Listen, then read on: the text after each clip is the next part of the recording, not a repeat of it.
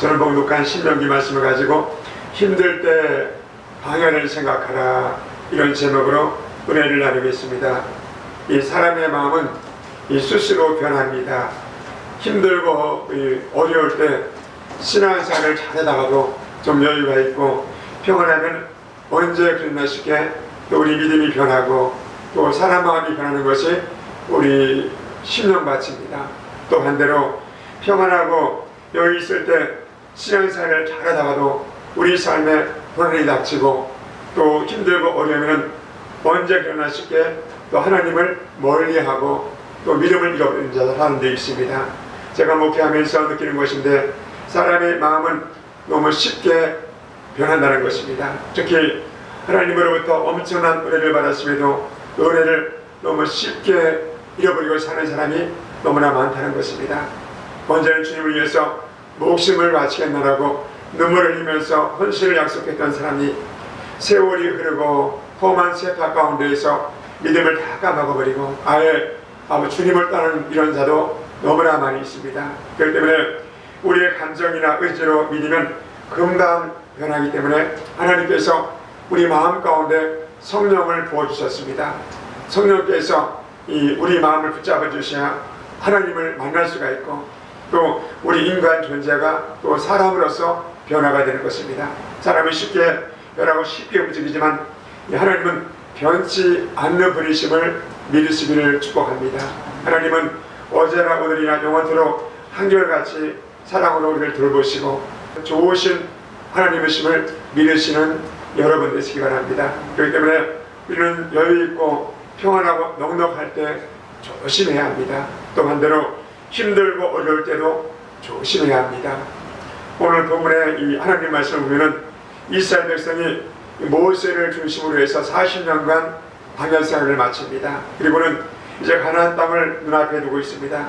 그런데 그 가나안 땅이 만만한 땅이 아닙니다. 요단을 건너야 아니라 여리고성부터 시작해서 이 철병으로 무장한 백성들이 그 땅에 진을 치고 있었습니다. 그때 하나님은 이스라엘 백성들이 가나안 땅에 들어가서 어떻게 살아야 할 것인가를 우리에게 가르치십니다. 오늘 본문 말씀의 핵심은 바로 이것입니다. 앞으로 여유있고 평안하고 형통할 때 지나간 과거 방연생활을 되새기고 하나님의 베푸신 은혜를 잊지 말라 하나님께서 오늘 훈계하십니다. 어떻게 해요? 평안하고 여유있거나 또 힘들고 어려울 때 우리가 지나간 과거를 되돌아봐야 합니다. 그때 하나님이 뭘 하셨는지 그리고 어떻게 인도하셨는지를 되새기고 그런 믿음 속에서 앞을 내다보라고 오늘 당부하십니다. 그래서 저는 오늘 여러분과 함께 방해를 생각하라 하는 제목으로 은혜를 나누고자 합니다. 그럼 여러분 이스라엘 백성들이 그랬듯이 우리도 항상 우리 과거를 되돌아봐야 합니다. 하나님이 하신 일이 무엇인가를 늘 살피는 축복의 사람이 되어야 합니다. 그리고 내가 앞으로 어떻게 살아야 할지를 깨닫는 축복의 사람이 되어야 합니다. 왜 하나님께서 우리의 방해를 생각하라고 했을까요? 첫 번째로 시시때때로 우리 믿음을 시험하시길 원하시는 하나님이십니다. 오늘 본문 2절입니다. 내 하나님 야훼께서 이 40년 동안에 너로 광야길을 걷게 하신 것을 기억하라. 이는 너를 낮추시며 너를 시험하사 내 마음이 어떠한지 그 명령을 지키는지 안 지키는지 알려 하심이라. 하나님은 과거 이 40년 동안 이스라엘 백성들이 광야길을 걸을 때 때로 그들을 낮추시고 때로 시험하기도 하셨습니다. 왜 그랬을까요? 이스라엘 백성들의 마음이 어떠한지 그 명령을 지키는지 안 지키는지 알려고 우리를 시험하신 것입니다. 우리 삶 가운데서 수시로 하나님께 우리가 시험 문제를 냈습니다. 우리 이스라엘 백성들만이 아닙니다. 우리의 살아온 생애를 늘 돌아봐야 합니다. 그분은 우리가 어떤 믿음을 가졌는지를 여러 가지 방법으로 우리를 시험하고 계심을 잊지 말아야 합니다. 어디서 말입니까? 광야에서 말입니다. 광야는 사막인데 광야는 앞이 보이지 않는 것입니다. 우리의 힘을 쓸 수 없는 한계가 있는 것이 이 광야입니다. 이 광야는 내일을 기약할 수가 없습니다. 광야는 3일을 버틸 수가 없는 것이 이 광야입니다. 물도 없고 먹을 양식도 없고 그렇기 때문에 광야는 육신의 엄청난 고통을 동원합니다. 그런데 하나님은 그런 광야로 왜 우리를 인도했을까요? 바로 우리 믿음을 시험하기 위해서 우리를 인도하십니다. 여러분에게 광야가 있습니까? 지금 여러분이 당하고 있는 광야는 무엇입니까? 또 내가 육신의 고통과 또 질병 때문에 또 하나님께 간절히 기도하고 이것 때문에 힘들어하는 것이 있다면 그것이 광야일 수 있습니다. 또 어떤 사람은 자식 때문에 겪는 고통이 광야일 수가 있습니다. 어떤 사람은 영적인 갈등이 믿음이 광야일 수가 있고, 어떤 사람은 물질적인 문제, 또 어떤 사람은 또 사업장과 직장의 문제가 광야일 때가 있습니다. 그때 하나님은 우리가 하나님의 영역을 지키는지 지키지 않은지를 알아보기 위해서 이런저런 사건을 만들어 우리를 시험해 보신다고 말씀합니다. 그렇기 때문에 우리가 힘들고 어려울 때 혹시 하나님이 우리의 믿음을 시험해 보시고 계시는 것이 아닌지를 늘 생각해 봐야 합니다. 여러분이 예상치 못한 어려운 일이 닥쳤습니까? 지금 무척 권고하고 어렵습니까? 그렇다면 혹시 하나님이 여러분의 믿음을 시험해 보고 계신지 한번 생각해 봐야 합니다. 시편 119편 67절입니다. 고난당하기 전에는 내가 그를 평하였더니 이제는 주님의 말씀을 지키나이다. 그래서 고난이에게 유일하고 고백한 시편자는 자기가 직접 고난을 맞고 고난을 당해보니까 그 고난이 자기 믿음을 드러내는 것이었다 고백을 합니다. 그렇기 때문에 여러분도 힘들고 어렵다면 하나님이 여러분의 믿음을 시험하고 계실지를 모른다고 믿으심으로 늘 주님의 뜻 가운데 말씀 가운데 서계시기를 축복하고 축원합니다. 시험이 시험인 줄 알고 치르면 승리합니다. 그러나 시험이 시험인 줄 모르고 치르면 그것은 불행인 것입니다. 우리는 하나님 갈 때까지 순간마다 시험의 연습입니다. 이 시험을 잘 통과함으로 하나님의 뜻 가운데 거함으로 하나님의 상급을 많이 받고 승리하시는 여러분 다 되시기 바랍니다. 두 번째로 왜 광야를 되돌아보라고 하셨을까요? 하나님이 우리를 먹여 살리신다는 것을 깨닫기를 원하십니다. 이 이스라엘 백성은 광야길을 접어들 때 금방 가나안 땅을 갈 것이라고 생각을 했습니다. 실제로 걸어서 가더라도 일주일 내지 보름이며 갈 수 있는 곳이 이 가나안 땅입니다. 그런데 하나님은 40년을 광야에서 머물게 하십니다. 그들이 광야에서 40년 동안 생존했을까요? 생존할 수 있는 방법이 없는 것입니다. 그것도 한두 가정이라면 가능합니다. 장정만 60명, 여자와 아이를 포함해서 최소한 200만 명이 넘었을 것입니다. 그런데 하나님은 광야에서 한 사람도 굶어 죽지 않게 하셨습니다. 그 방법이 뭡니까? 오직 주님만 바라보는 것입니다. 우리 70년도 말에 우리도 그렇습니다. 매일매일의 삶이 하나님의 나에게 은혜를 주지 아니하시면, 하나님이 돌봐주지 아니하시면 인생이 살아갈 길이 없습니다. 매일매일 하늘의 만나가 내리지 아니하면 우리는 살아갈 길이 없습니다. 이스라엘 백성도 광야길에서 반석을 쳐서 생수를 쏟아부어 주지 아니했으면 그들은 광야에서 다 죽었을 것입니다. 목이 말라 죽을 수밖에 없었습니다. 지금 우리도 그렇습니다. 그러니까 하나님께서 공급해 주시는 것을 느끼면서 성령의 은혜 가운데 늘 거하는 여러분 되시기를 축복합니다. 그래서 우리는 늘 고백 가운데 하나님의 은혜입니다, 이런 고백이 여러분의 입술을 통해서 나와야 합니다. 이런 고백이 우리 입에서 나오기를 주님은 기다리고 계십니다. 그래서 고난이 닥치는 것도 그렇기 때문에 역경이 있는 것입니다. 이런 연단을 겪지 않으면 하나님의 은혜를 깨달을 수가 없는 것입니다. 내가 노력해서 이만큼 살았어, 이렇게 말한다는 정말 큰 착각입니다.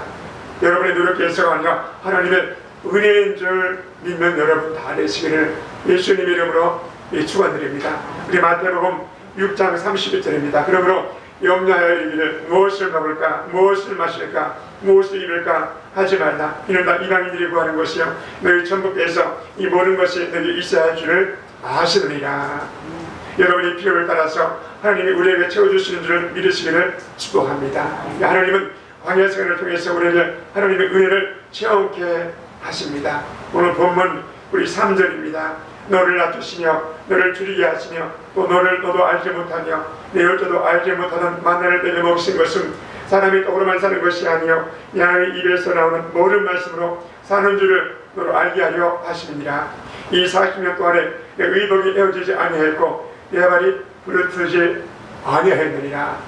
이 성경에서 이 살아가는 숫자는 만수, 보통의 숫자, 보통이 만수에 찬 것이 40이라는 숫자입니다.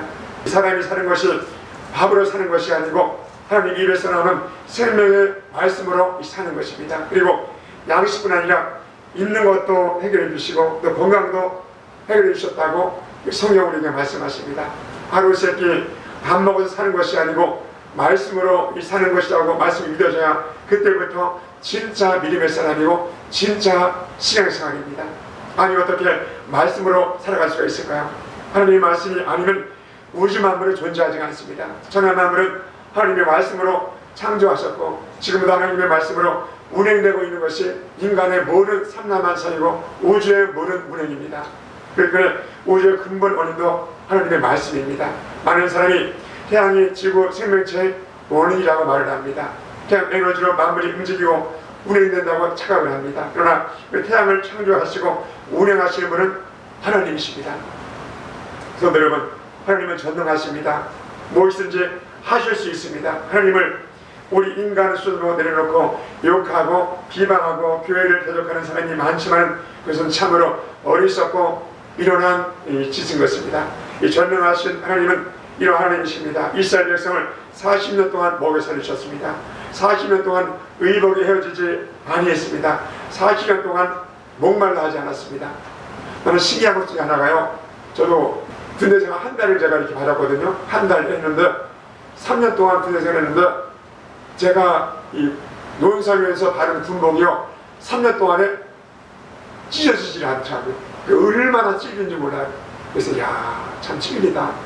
신기한 것이 군복이 막 땅바닥에 벅벅히잖아요. 기어도 헤어지질 않아요. 너무너무 신기한 것이 그 군복인 것을 기억합니다. 근데 방해하고도 3년도 아니고 40년 동안 의복이 빤빤하지 않았답니다. 40년 동안 목말라지 않았답니다. 40년 동안 발이 부르트지 않았다는 것입니다. 그런 은혜가 우리에게도 이 마음을 믿으시길 바랍니다. 그럼 여러분, 지난 40년 동안 여러분 못 먹어서 배고파서 울어본 적이 있습니까? 40년 동안 옷을 입지 못해서 여러분 벗고 살아본 적이 있습니까? 40년 동안 물을 먹지 못해서 목말란 적이 있습니까? 또 지난 40년 동안 신발이 없어서 여러분 이 부르짖은 적이 있습니까? 다 채워주셨습니다. 다 먹여주셨고 입혀주셨습니다. 하나님은 우리의 의식들을 다 해결해 주시는 분임을 잊지 마시기를 축복합니다. 이런 하나님의 은혜를 체험하는 저와 여러분 되시기를 축복하고 축원합니다. 세 번째로 때로는 아비가 자식을 징계하듯이 징계하신다는 것을 알기를 원하십니다. 오늘 본문 5절입니다. 너는 사람이 그 아들을 징계한 같이 내 하나님 야훼께서 너를 징계하시는 줄 마음에 생각하고 내 하나님 야훼의 명령을 지켜 그 도를 행하며 그를 경외할지니라. 광야를 되돌아보면 하나님의 사랑의 징계가 여러 번 있었습니다. 그 하나님의 징계를 단순히 심판으로 보지 마시고 하나님의 사랑의 징계라고 우리가 여겨야 합니다. 하나님의 사랑은 여러 가지로 형태로 나타납니다. 하나님은 공의한 하나님이시기 때문에 여러분 무섭게 심판하시고 징계하시는 하나님이십니다. 그 징계가 우리를 사람으로 만듭니다. 우리 옛날 이 공자가 제 아들과 함께 어느 길을 걸어갑니다.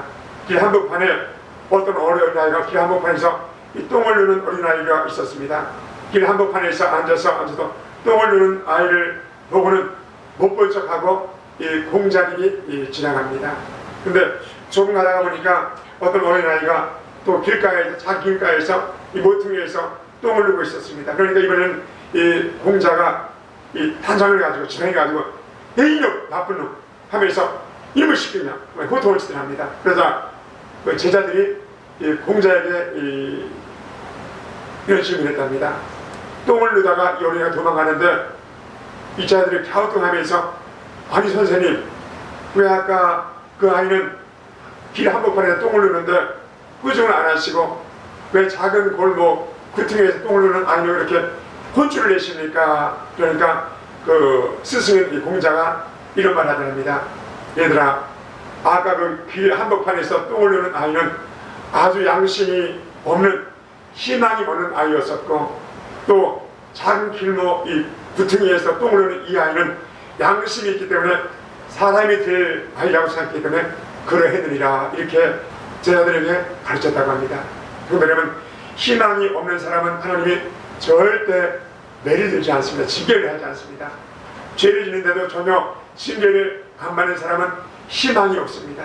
하나님은 당신의 백성은 징계하십니다. 그러나 택함을 받지 못한 백성은 무슨 짓을 하든지 내버려 두십니다. 그러나 그 때문에 죄를 범했을 때 하나님께 매를 맞으면 복이 있는 것입니다. 그래서 우리 잠언서 3장 11절입니다. 내 아들아 야훼의 징계를 경히 여기지 말지라 그 부지런함을 싫어하지 말라. 대저 야훼께서 그 사랑하는 자를 징계하시기를 마치 아비가 그 기뻐하는 아들을 징계한 같이 하시느니라. 히브리서 기자는 이것을 징계는 참아들이 받는 것이고 이 징계가 없는 자는 사생자다 이렇게 말합니다. 징계를 하지 않은 아버지는 바로 이 가짜 아버지다 이렇게 말합니다. 마치 의사가 환자를 치료할 때 그 병을 고치기 위해서 쓴약도 주고 아픈 수술도 합니다. 어떤 때는 신체 일부를 절단해서 제거하기도 합니다. 이는 환자를 괴롭게 하니 목적이 아니고 잠시는 아프고 비라도 육체의 질병과 또 잘못을 완전히 고쳐주기 위한 의사의 바로 치료 수술인 것입니다. 그래서 징계를 받으면 그것을 하나님의 징계로 받고 잘 극복하기를 바랍니다. 그러면 그것이 복이 되는 것입니다. 하나님의 징계를 가볍게 여기지 않고 잘 참는 자에게 위로와 상급을 주시기 때문에 그런 큰 복으로 이 변화가 될 수가 있다는 겁니다. 사랑하는 성도 여러분, 우리는 앞으로 어떻게 살아야 광야의 생활을 반복하지 않을까요? 우리가 어떻게 해야 고통과 아픔을 겪지 않고 인생을 진짜 평안하게 하나님의 뜻 가운데 또 하나님의 또 순종 가운데 또 사명 가운데 걸 수 있을까요? 평상시 하나님 말씀을 지키며 그를 경외해야 합니다. 그리고 우리 앞길에 전능하신 하나님이 예배하신 풍성과 부요가 있음을 우리가 믿어야 합니다. 우리 하나님도 똑같이 아름다운 땅을 우리에게 주실 것이고 풍성한 양식과 쓸 것을 넘치게 주실 바로 주님이십니다. 그래서 신명기는 7절에 이렇게 말합니다. 내 하나님 야훼께서 너를 아름다운 땅에 이르게 하시나니 그것은 골짜기든지 산이든지 시내와 분천과 샘이 흐르고 밀과 보리와 소산지요 포도와 무화과와 석류와 감람들의 나무와 꿀의 소산지라. 너희 먹는 식물에 결핍함이 없고 너에게 아무 부족함이 없는 땅이며 그 땅은 돌은 철이요 산에는 동을 캘 것이라. 내가 먹어서 배불리고 내 하나님 야훼께서 옥토록 내게 주셨음을 인해서 그를 찬송하리로다. 하나님께 순종하면 하나님께서 너의 삶을 옥토록 축복으로 변화시켜 주겠다고 말씀합니다. 우리 말씀에 있습니다. 이 하나님을 아름답게 섬기고 그분의 명령을 잘 지켜야 하면 하나님은 우리에게 넘치도록 베풀어 주실 것을 오늘 약속하고 계십니다. 여러분 힘들다고 포기하지 마시고 주저앉지 마시기 바랍니다. 여러분의 방해를 되돌아 보시면서 여러분이 또 살아오면서 힘들었을 때를 다시 한번 기억하면서 하나님의 넘치는 은혜가 여러분 가정과 여러분 사업장 여러분 삶에 차고 넘치시기를 예수님의 이름으로 축복하고 축원합니다. 우리 기도합니다.